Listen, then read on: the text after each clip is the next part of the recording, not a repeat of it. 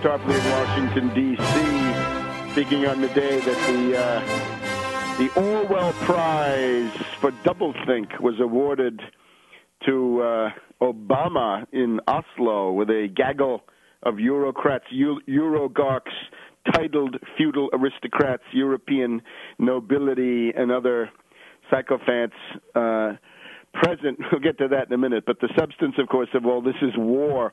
The uncanny ability of the Norwegian Nobel Committee to give the Nobel Peace Prize to people who have been responsible for world wars.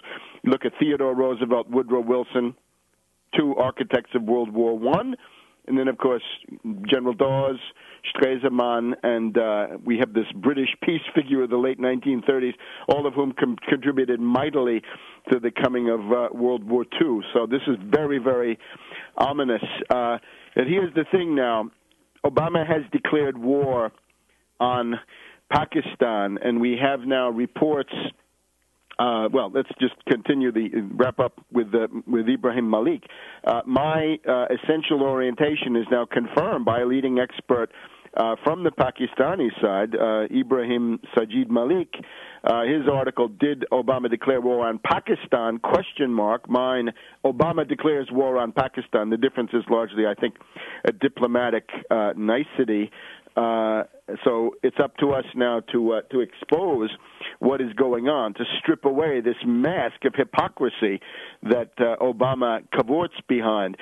In the hearings, we've had hearings now with McChrystal, the new Heinrich Himmler, the U.S. commander, who is the founder of al-Qaeda in Iraq, the guy who recycled Zarqawi into somebody who could fulfill the main U.S. propaganda need, which was to have a branch of al-Qaeda in Iraq that you could point to, swearing fealty and loyalty to Osama bin Laden and the cave. That was an absolute propaganda necessity, and McChrystal distinguished himself by taking that guy out of the Ansar al-Islam enclave protected by the U.S. and plotzing him into activities. And you see what al-Qaeda in Iraq has always done. It doesn't attack the U.S., it attacks Shiites. This was the creation of the civil war in Iraq. The civil war in Iraq was created by McChrystal. That's the U.S. Special Operations guy there, using this Zarqawi and al-Qaeda in Iraq as the cover. In other words, he did what General Frank Kitson of the British Army did in Kenya. He created a counter-gang. In other words, if you had all of Iraqi society lined up against the invaders, which is what you might expect, then the invaders are in rough shape. But if you can get a civil war going where the al-Qaeda Sunnis, so to speak, are killing the Shiites and vice versa, then that takes much of the pressure off the invaders. So that is what McChrystal, that's his credential, that's his track record, and that is what he's going to try to do now in Afghanistan on a somewhat more, we can say, ambitious scale. Now, a couple of things have been stressed in the analysis. Notice that out of this testimony by Gates, by McChrystal, and also by Eikenberry, Lieutenant General and current U.S. Ambassador, we find that the U.S. will channel money less through the Karzai central government and more directly to various warlords, drug lords, province chiefs, local honchos, and the rest of it. Well, that, of course, is a recipe for the breakup of Afghanistan on a grand scale. Yes,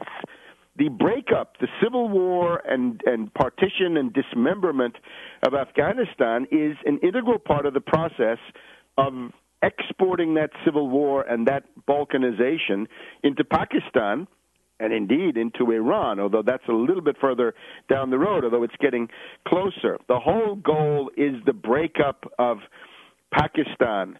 Another aspect of this, of course, is that the U.S.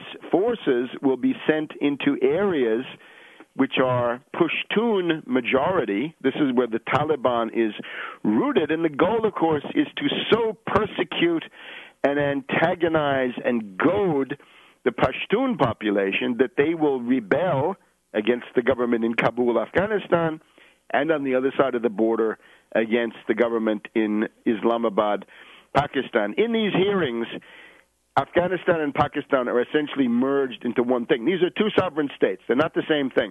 But in U.S. parlance now, it's AFPAKIA or AFPAC.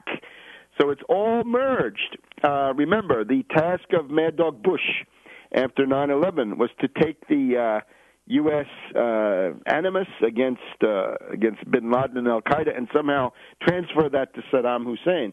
Now the question is to merge Afghanistan and Pakistan, make this into one specious entity, and use that then as a propaganda concept to disguise all sorts of things. Well, to disguise what? We're told that the U.S. has now got bigger and better drones for use in assassination operations.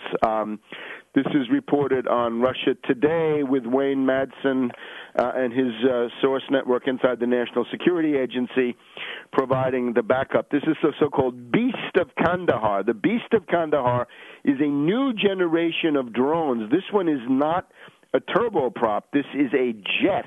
It goes fast, and, of course, it's got these Hellfire missiles and other things. It can be used for spying, but above all for assassinations. And, of course, there is the aspect that sometimes these flights go into Iran. Yeah, into Iran, but to do what? To spy, I'm sure to spy, but mainly to blow up Baluchis on the Iranian side.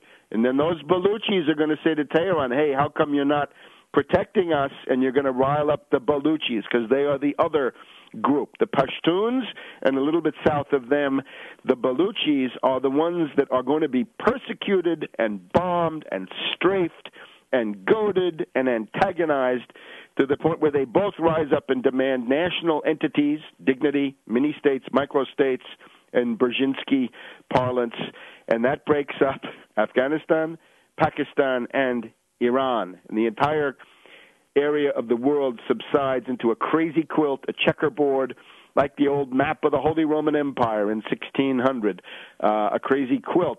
And all of these petty, squabbling, impotent little entities, completely incapable of defending themselves even against a medium-sized bank or multinational, couldn't stand up to Halliburton, couldn't stand up to ExxonMobil, couldn't stand up to Blackwater or anything of the kind. Now, we're also getting reports, continuous barrage of explosions and bombings in northwest Pakistan and many other parts of the country. I cannot go through this in detail right now, and each one of these deserves its own investigation. But just remember, the word from the Taliban on the Pakistani side was they don't do these things. They accuse the CIA acting through Blackwater. And we have that elaborate article by Jeremy Scahill in The Nation of the 23rd of November talking about assassination operations of Blackwater, Blackwater Select, and so forth in Pakistan.